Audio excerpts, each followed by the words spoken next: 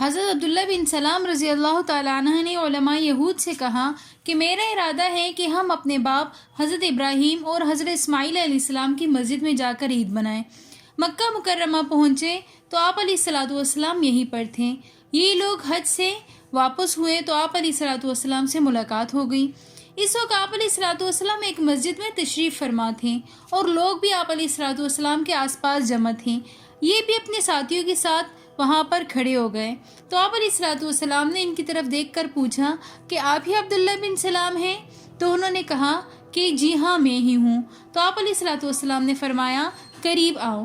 جب یہ قریب ہو گئے تو آپ علیہ الصلوۃ والسلام نے فرمایا کہ تم نے میرا ذکر تورات میں نہیں پایا؟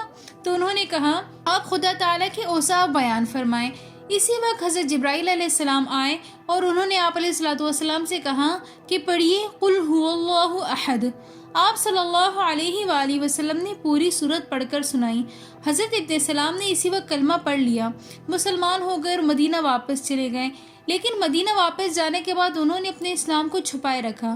جب آپ علیہ الصلوۃ والسلام ہجرت کر کے مدینہ پہنچے تو اس وقت آپ رضی اللہ تعالیٰ عنہ کھجور کے ایک درخت پر چڑھے ہوئے کھجوریں اتار رہے تھے۔ جب آپ رضی اللہ تعالیٰ عنہ کو خبر پہنچی تو اسی وقت درخت سے کود پڑے۔ حضرت عبداللہ کی ماں کہنے لگی کہ اگر حضرت موسیٰ بھی آ جاتے تو تم درخت سے نہ کودتے، کیا بات ہے کہ تم نے اتنی جلد بازی کی؟